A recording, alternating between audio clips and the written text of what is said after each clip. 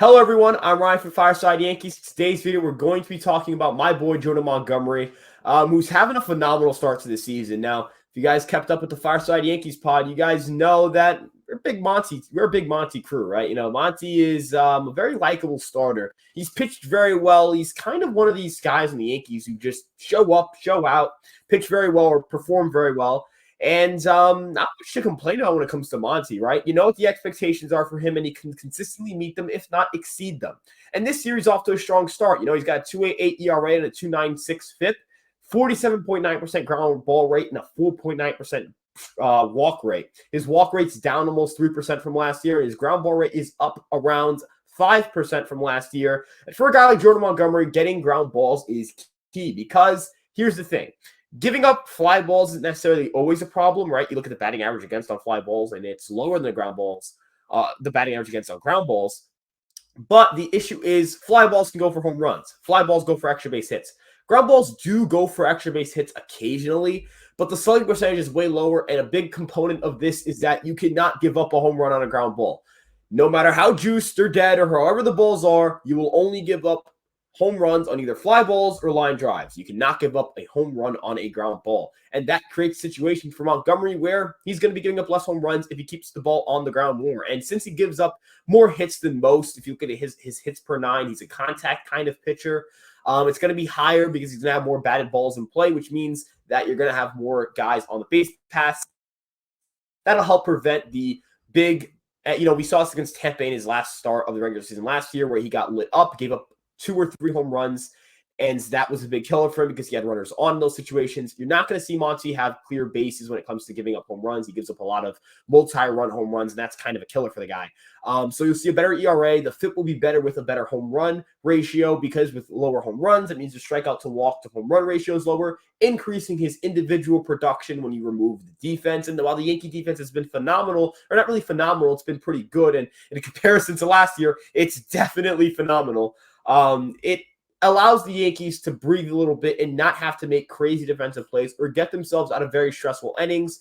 You know, and stressful innings are something that you can't really quantify for a pitcher, but certainly do affect them. Having to use more high-intensity pitches or throw more pitches in an inning affects your ability to go deep into games. And while we haven't seen Monty go deep into games per se, we've certainly seen him get past the 5th inning a little bit more frequently than he did last year, especially down the stretch. You know, Monty had a COVID issue. There are some 7-inning doubleheaders, and that definitely limits how deep you can let a starter go into a game because you don't need your bullpen to do as much. And you just kind of saw an amalgamation of things affect how many innings per start Monty was giving you. Now, if Monty's giving you 5+ innings per start, that's great because he's not going to give up a lot of runs and you have a strong bullpen. But at the same time, if you want Montgomery to be more than just a solid or pretty good pitcher and more of a very good pitcher, kind of one of these pitchers who are going to be all-star vote getters, then you want Monty to go deeper into games. And I think it's totally possible for him. I definitely believe in Jordan Montgomery to be able to do that, but it takes his ability to manage contact better, which he has shown this year. A big component of this is his sinker being reworked. Last year, his fastballs just weren't very good, right? You look at his sinker, his cutter, and his four-seam fastball. All of those pitches were rather pedestrian, right? His cutter had a 377 weighted on base average against with a 3.3 average against. His four-seam fastball 327 wOBA with a 247 average against. And then his sinker had a 359 average against with a 412 wOBA against. He just really didn't have that strong fastball pitch.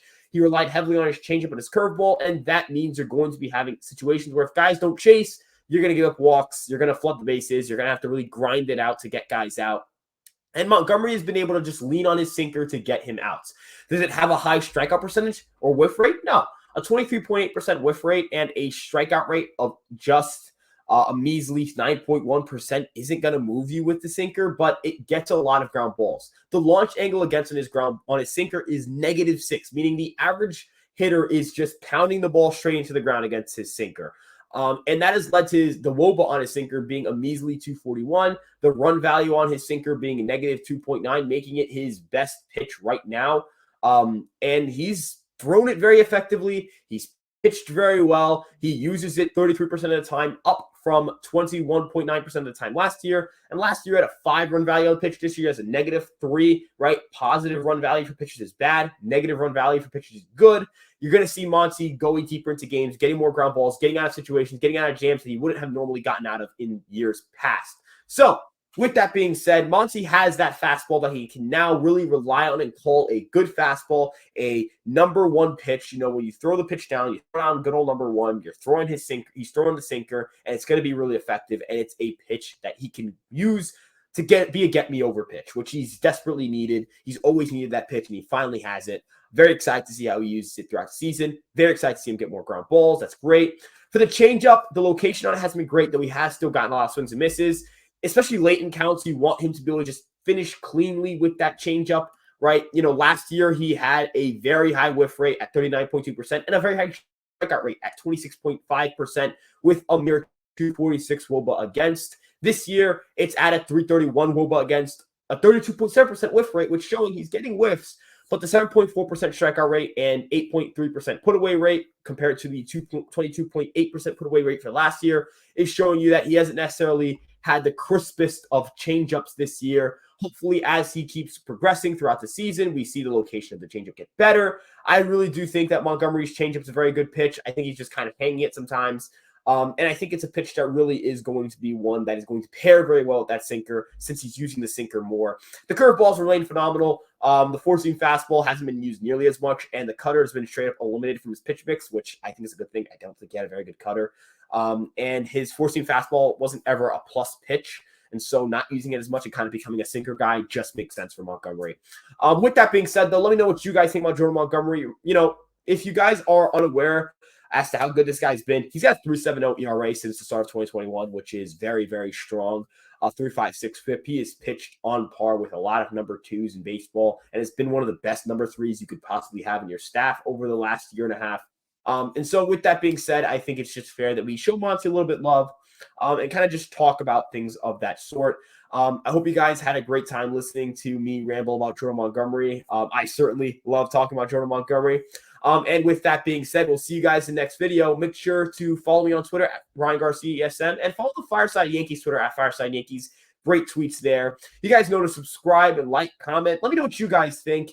And of course, check out Empire Sports Media for all your New York sports content. And with that being said, we'll see you guys in the next video. Ryan